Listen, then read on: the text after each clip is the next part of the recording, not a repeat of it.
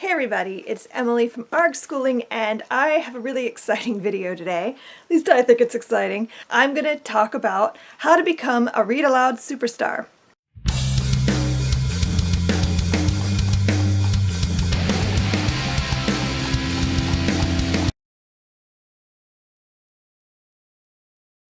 I am a big believer in reading aloud to your children of all ages, whether they are 4 years old or 15 years old. I think reading aloud with them is still really important, even in the teen years.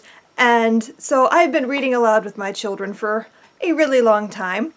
And I'm often asked, well, what if I've never read aloud before? How do I get into it? So today I'm going to give you some tips on how to become a read aloud superstar and make it just really easy to do. Hopefully the best part of your homeschool day. First tip I'm going to give you is to choose great books. This sounds like it should be a given, but you want to read aloud the best books.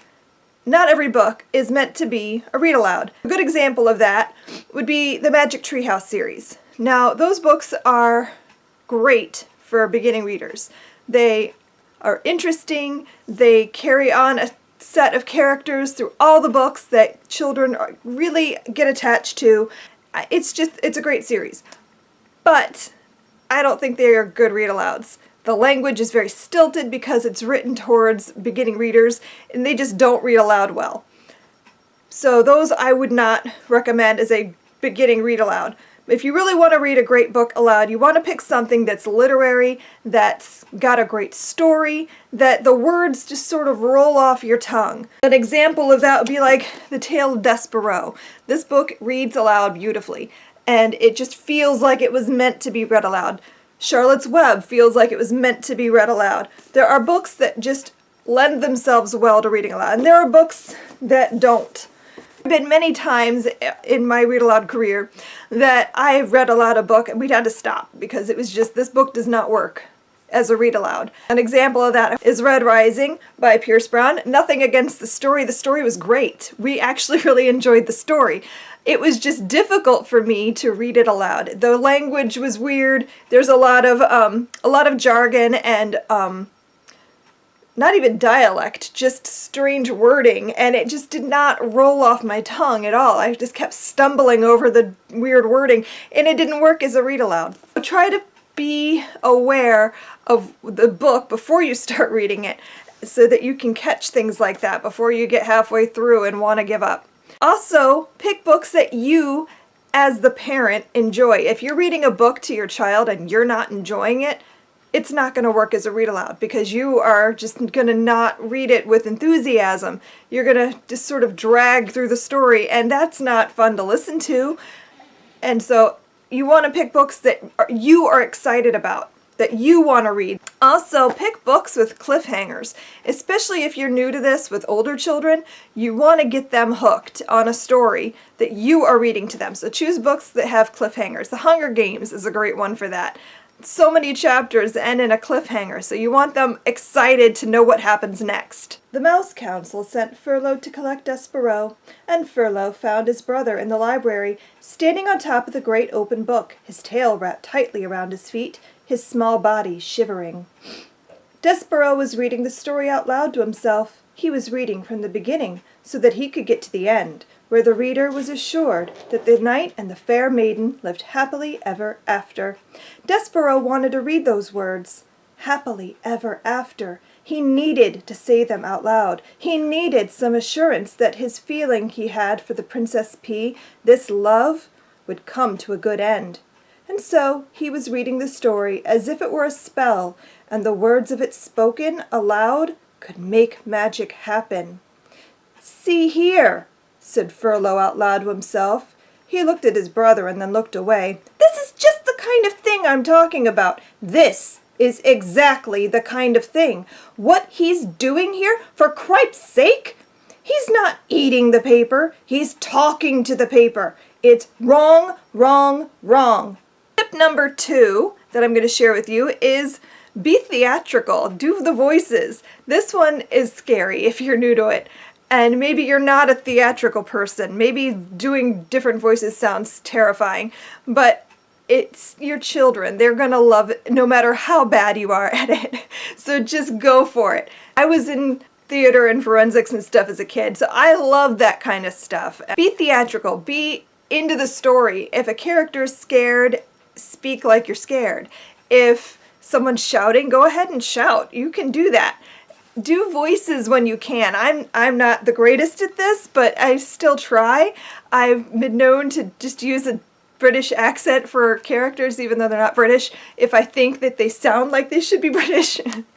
Or I do a really bad German accent. I've done a really bad French accent, and you know what? I don't think my kids are gonna cry about that. They don't even know that it's a bad accent necessarily, and that's okay. The point is that I'm getting into the story and I'm getting them excited to listen to the story.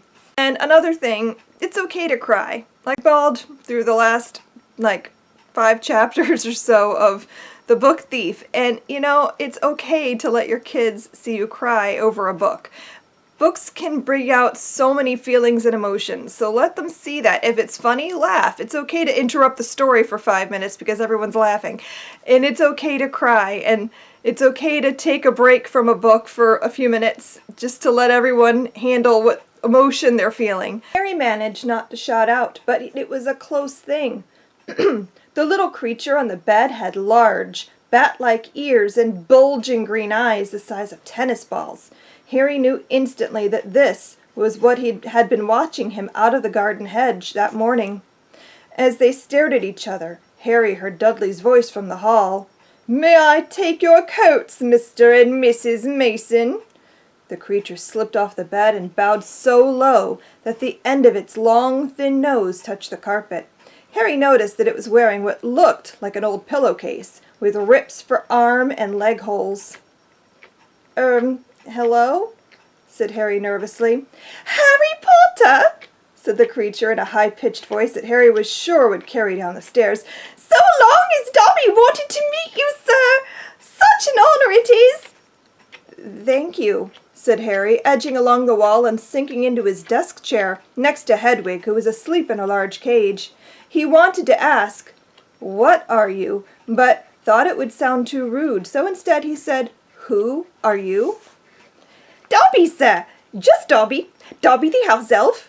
Tip number 3 is to have good posture. I know this one sounds weird, but if you are reading and you're slunched over and you're just sort of uncomfortable looking, you're going to have a hard time breathing, and it's going to make it so much harder for you to read more than a few pages out loud. You're going to run out of air, and your voice is going to get tired. If you sit up straight, and sometimes I prop against my back. If I'm sitting on the couch, I'll prop myself with a pillow so that I'm comfortable sitting up straight, and it helps me to stay in the right position. And you need to be able to breathe from your diaphragm. I know that sounds silly. That's like singing, but you have to have enough air in order to read for an extended amount of time. "Do you know, Calpurnia, that the class Insecta comprises the largest number of living organisms known to man?" "Granddaddy, nobody calls me Calpurnia, except Mother, and that's only when I'm in lots of trouble." "Why on earth not? It's a lovely name. Pliny the Younger's 4th wife, the one he married for love, was named Calpurnia, and we have been left by him some of the greatest love letters of all time.